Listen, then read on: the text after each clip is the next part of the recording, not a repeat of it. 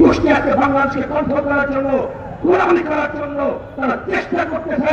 আমরা গোলামীর দিন থেকে চিন্তা করে স্বাধীন হতে চাই, মুক্ত হতে চাই, আমরা যে আন্দোলন করেছিলাম সাম্যতা রক্ষা করার জন্য, বৈষম্য দূর করার জন্য, সম্ভব মানবিক মর্যাদা, সামাজিক ন্যায় বিচার প্রতিষ্ঠা করার জন্য আমরা কি দেখলাম যে 5ই আগস্টের পরে আবারও দখলদারি, আবারও চাঁদাবাজি, আবারও তোমাকে হত্যা করা হয়েছে, নির্দোষ তোমাকে হত্যা করা হয়েছে। আজকে আমার মা বলতে ধর্ষণ করা হয়েছে। আজকে আমি কি দেখলাম হাজারো নিরাপদ মানুষকে আবারও কেসে দেওয়া হয়েছে, হাজারো গোল লুট করা হয়েছে, ঘর লুট করা হয়েছে, মানুষের অত্যাচার করা হচ্ছে, চুরন করা হচ্ছে, নির্যাতন করা হচ্ছে।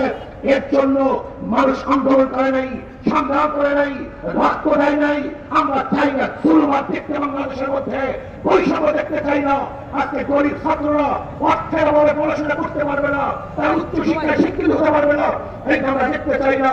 আজকে আমার মা বোন মিসকিনরা, এতিমরা, বিধবারা না খেয়ে থাকবে, এই বাংলাদেশ আমরা দেখতে চাই না। আজকে আলেমদের সাথে বৈষম্য করা হচ্ছে, সবচেয়ে বেশি বৈষম্য শিকার হচ্ছে আলেমরা। আজকে শিক্ষিত আলেম যারা মেধাবী, শিক্ষিত, অনার্স পাস করার জন্য যেই পরিমাণ পড়াশোনা করে, একজন ছাত্রীর পাস করার জন্য তাকে 1000 গুণ বেশি পড়াশোনা করে, অথচ আজকে আমাদের মাদ্রাসা ছেলেরা কেন তার বিশেষ পরীক্ষায় অংশগ্রহণ করতে পারবে না? তারা কেন বিশেষ পরীক্ষা দিতে পারবে না? আজকে মাদ্রাসার ছেলেরা কেন চাকরিজীবী হবেন না? তারা বাংলাদেশের কোনো জায়গায় কেন যেতে পারবে না? এটা বৈষম্য। এর চেয়ে বড় বৈষম্য কিছু হতে পারে না। আজকে কওমি মাদ্রাসার সাথে বৈষম্য করা হচ্ছে।